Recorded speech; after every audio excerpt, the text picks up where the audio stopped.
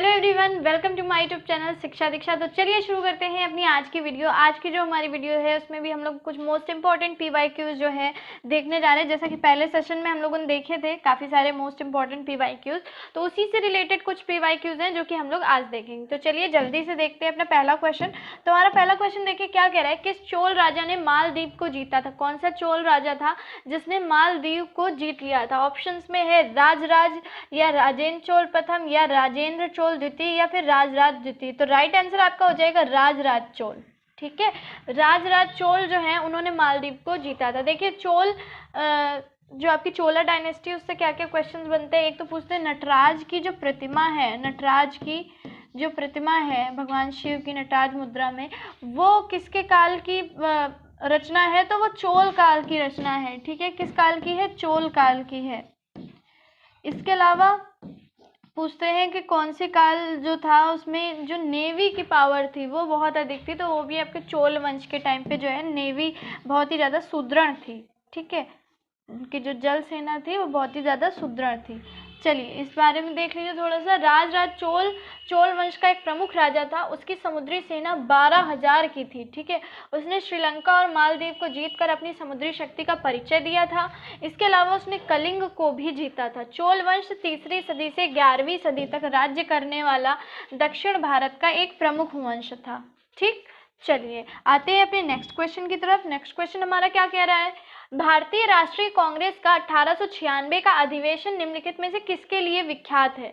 जो भारतीय राष्ट्रीय कांग्रेस का 1896 का अधिवेशन हुआ था, पूछ रहे हैं वो किसके लिए विख्यात है? कि पहली बार राष्ट्रगान गाया गया था उसमें, पहली बार राष्ट्रीय गीत गाया गया था, पहली बार तिरंगा लहराया गया था, या फिर इनमें से कोई नहीं। तो आपका राइट आंसर हो जाएगा पहली बार राष्ट्रीय गीत जो था वो 1896 के अधिवेशन में गाया गया था। ये देख लीजिए 1896 में पहली बार कांग्रेस के अधिवेशन में भारत का राष्ट्रीय गीत वंदे मातरम गाया गया था। वंदे मातरम बंकिम चंद्र चटर्जी के उपन्यास आनंद मठ का अंश है। यह 1937 तक भारत का राष्ट्रीय गान रहा था। चलिए आते हैं नेक्स्ट क्वेश्चन पे। नेक्स्ट क्वेश्चन हमारा क्या कह रहा है, निम्नलिखित में से किस गवर्नर जनरल को भारतीय प्रेस का मुक्तिदाता कहा जाता है? भारतीय प्रेस जो थी, इंडियन प्रेस, उस पर बहुत सारे एलिगेशंस लगा दिए गए थे और बहुत तरह से उस पर रोक लगा दी गई थी। बहुत सारे एक्ट चला दिए गए थे जिनके तहत होता क्या था कि प्रेस को स्वतंत्रता नहीं थी, वो कुछ भी अपने मन से नहीं लिख सकते थे। ये सारा कुछ जो है उनकी नज़रों में होता था, जितने भी ब्रिटिशर्स ऑफिसर्स थे। तो कौन से गवर्नर जनरल थे जिनको भारतीय प्रेस का मुक्तिदाता कहा जाता है? Lord William Bentinck, sir Charles Metcalfe, Lord Auckland या फिर लॉर्ड एलनबरो। तो आपका राइट आंसर क्या हो जाएगा? Sir Charles Metcalfe. Sir Charles Metcalfe जो थे उनको सर चार्ल्स मेटकॉफ को भारतीय प्रेस का मुक्तिदाता कहा जाता है। सर चार्ल्स मेटकॉफ 20 मार्च 1835 से 4 मार्च 1936 के बीच तक भारत के गवर्नर जनरल रहे। उन्होंने प्रेस को पूर्ण स्वतंत्रता दी थी, इसलिए उन्हें भारतीय प्रेस का क्या कहा जाता है? मुक्तिदाता भी कहा जाता है। ठीक है, बहुत सारे एक्ट लगाए गए थे ना, आप लोगों को पता ही होगा। चलिए अब उसके बाद देखिए नेक्स्ट क्वेश्चन क्या कह रहा है हमारा, समुद्री व्यापार के संदर्भ में कार्टाज व्यवस्था, कार्टाज सिस्टम जो था उसका उपयोग किसके द्वारा किया जाता था? डचों के द्वारा, फ्रांसीसी के द्वारा, अंग्रेजों के द्वारा या फिर पुर्तगालियों के द्वारा? तो जो कार्टाज सिस्टम था वो पुर्तगाली यूज करते थे। दरअसल में था क्या, आपका कार्टाज जो था वो एक तरीके का लाइसेंस था। क्या था? एक तरीके का लाइसेंस था। जिनके पास जो भी व्यापार करने आते थे, बड़े बड़े जहाजी बेड़े जो होते थे, जब वो कार्टाज दिखाते थे, ठीक है, किसी भी पोर्तुगीज ऑफिसर को जब वो कार्टाज अपना दिखाते थे तभी उनको अनुमति होती थी कि हाँ वो इससे आगे जा पाएंगे या वो अपना बिजनेस कर पाएंगे। अदरवाइज अगर वो कार्टाज नहीं दिखा पाते थे तो उनका सारा माल उनके बेड़े सहित क्या कर लेते थे? पुर्तगाली जब्त कर लेते थे। तो एक तरीके का लूट मारी उनकी बन गई थी और इससे उन्होंने बहुत सारा धन भी क्या कर दिया था? एकत्रित कर लिया था। ठीक है, और ये कार्टाज लोगों को बहुत ज़्यादा दिक्कत भी दे रहा था। और इसी तरीके की ब्रिटिशर्स ने भी एक बार चीज़ चलाई थी जिसको कि नेवी सर्ट बोला गया था। क्या बोला गया था? नेवी सर्ट बोला गया था। चलिए, तो ये एक तरह का क्या होता था? लाइसेंस होता था व्यापार करने का, समुद्री व्यापार करने का। ठीक है, चलिए आते हैं नेक्स्ट क्वेश्चन पे। निम्नलिखित में से भारतीय शिक्षा का मैग्ना कार्टा किसे कहा जाता है? भारतीय शिक्षा का मैग्ना कार्टा, ठीक है, पूछ रहा है आपसे। देखिए लिखा हुआ वुड डिस्पैच, सैडलर आयोग, भारतीय विश्वविद्यालय अधिनियम 1904 या फिर रेले आयोग। तो कौन सा हो जाएगा? Woods dispatch. वुड डिस्पैच जो है उसको भारतीय शिक्षा का मैग्ना कार्टा कहा जाता है। देख लीजिए sir Charles Wood British east India company के नियंत्रण बोर्ड के अध्यक्ष थे। उन्होंने 1854 में लॉर्ड डलहौजी को एक प्रेषण भेजा था। उन्होंने सुझाव दिया था कि प्राथमिक विद्यालयों में अपनी मातृभाषा में पढ़ाई होनी चाहिए, यानी कि मदर लैंग्वेज में ही पढ़ाई हो। ऐसा नहीं करिए कि आप वहाँ भी इंग्लिश ला रहे, ताकि बच्चा जो है, जो कि लोकल लैंग्वेज जो भी जानता है, मान लीजिए, ठीक है, मान लीजिए तमिल बच्चा है, वो उसको यही लैंग्वेज आती है, अपनी लोकल लैंग्वेज आती है, तो उसको अगर आप तुरंत इंग्लिश पढ़ाने लगोगे तो उसे कुछ भी समझ में नहीं आएगा। तो उसको पहले आप अपनी लोकल लैंग्वेज में पढ़ाइए, फिर उसके बाद धीरे धीरे जो है आप दूसरी लैंग्वेज की शिक्षा दीजिए। तो था क्या कि प्राथमिक विद्यालयों में उन्होंने बोला कि मातृभाषा में पढ़ाई होनी चाहिए और उच्च विद्यालयों में अंग्रेजी शिक्षा भी होनी चाहिए, ठीक है। और इसी को क्या कहा जाता है? वुड डिस्पैच कहा जाता है। भारतीय शिक्षा का मैग्ना कार्टा साबित हुआ था, क्या? Wood dispatch. चलिए, वर्नाकुलर प्रेस अधिनियम और शस्त्र अधिनियम किस वायसराय के द्वारा पारित किया गया था? वर्नाकुलर प्रेस एक्ट तो ये प्रेस से रिलेटेड था, और शस्त्र अधिनियम जो था वो आपका शस्त्र से रिलेटेड था। तो पूछ रहे कौन से वायसराय के द्वारा ये पारित किया गया था?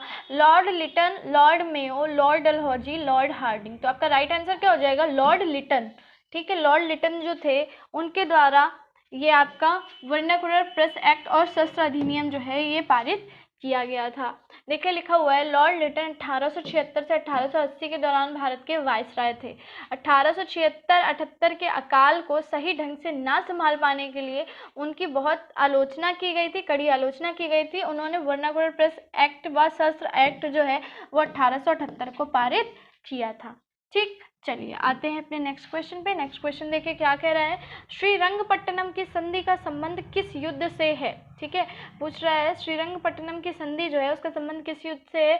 द्वितीय आंग्ल मराठा युद्ध, तृतीय आंग्ल मैसूर युद्ध, तृतीय आंग्ल मराठा युद्ध या चतुर्थ आंग्ल मैसूर युद्ध। तो आपका राइट आंसर बी ऑप्शन हो जाएगा। जो तीसरा आंग्ल मैसूर युद्ध हुआ था टीपू सुल्तान और अंग्रेजों के बीच में, वही आपकी श्रीरंगपट्टनम की संधि जो है उसी युद्ध में हुई थी। देख लीजिए, तृतीय आंग्ल मैसूर युद्ध के बाद 18 मार्च 1772 को श्रीरंगपट्टनम की संधि पर हस्ताक्षर किए गए थे।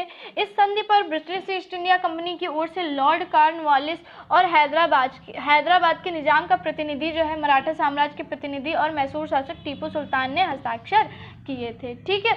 और टीपू सुल्तान की ये एक बहुत बड़ी जो है उसके लिए एक हार तरह की साबित हुई थी।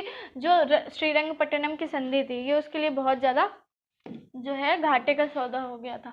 चलिए उसके बाद देखिए नेक्स्ट क्वेश्चन क्या है। ईस्ट इंडिया कंपनी ने किस वर्ष बॉम्बे को पुर्तगालियों से प्राप्त किया था?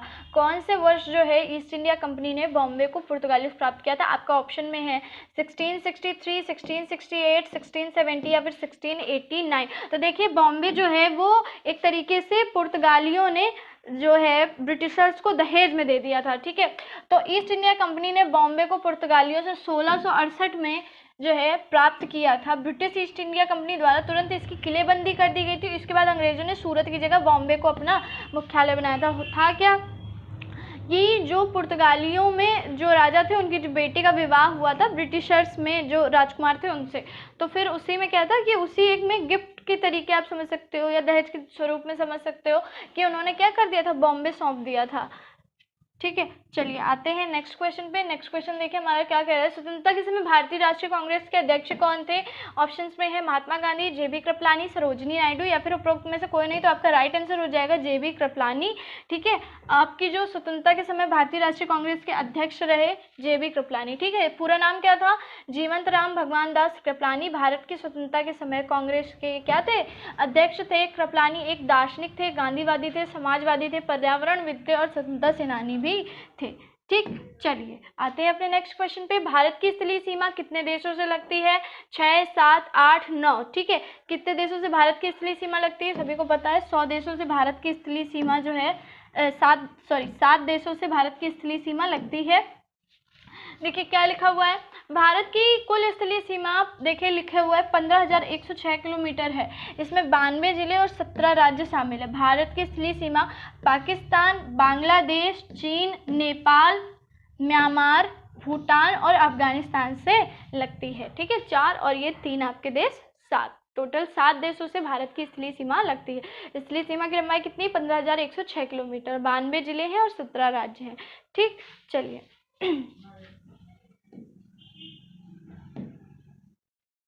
हाँ अब ये क्वेश्चन है आपका कि गंगा की मुख्य शाखा को बांग्लादेश में किस नाम से जाना जाता है। देखिए गंगा जो है आपकी बांग्लादेश में किस नाम से जानी जाती है। ऑप्शंस में है जमुना, पद्मा, मेघना या फिर कालिंदी। तो राइट आंसर है पद्मा। गंगा की जो मेन ब्रांच है जब वो बांग्लादेश में प्रवेश करती है तो वहाँ पे एक दो ब्रांचेस में बढ़ जाती है, लेकिन आपकी जो मेन ब्रांच होती है वो क्या बोली जाती है, वहाँ पे पद्मा बोली जाती है गंगा को ही। ठीक है, क्या बोलते हैं, पद्मा बोलते हैं, ये चीज़ याद रखिएगा। ठीक, तो ये था हमारा आज का लास्ट क्वेश्चन। हम लोगों ने जल्दी जल्दी सारे क्वेश्चन जो थे वो सारे देख लिए, और आई होप जितने क्वेश्चन थे सारे इंपॉर्टेंट थे और आप लोगों को सारे क्वेश्चन समझ में आए होंगे। वीडियो कैसी लगी है मुझे ज़रूर बताइएगा कमेंट में। वीडियो अच्छी लगी हो तो लाइक करना, शेयर करना मत भूलिएगा। मिलते हैं अपनी नेक्स्ट वीडियो में, तब तक के लिए पढ़ते रहिए, सीखते रहिए शिक्षा दीक्षा के साथ।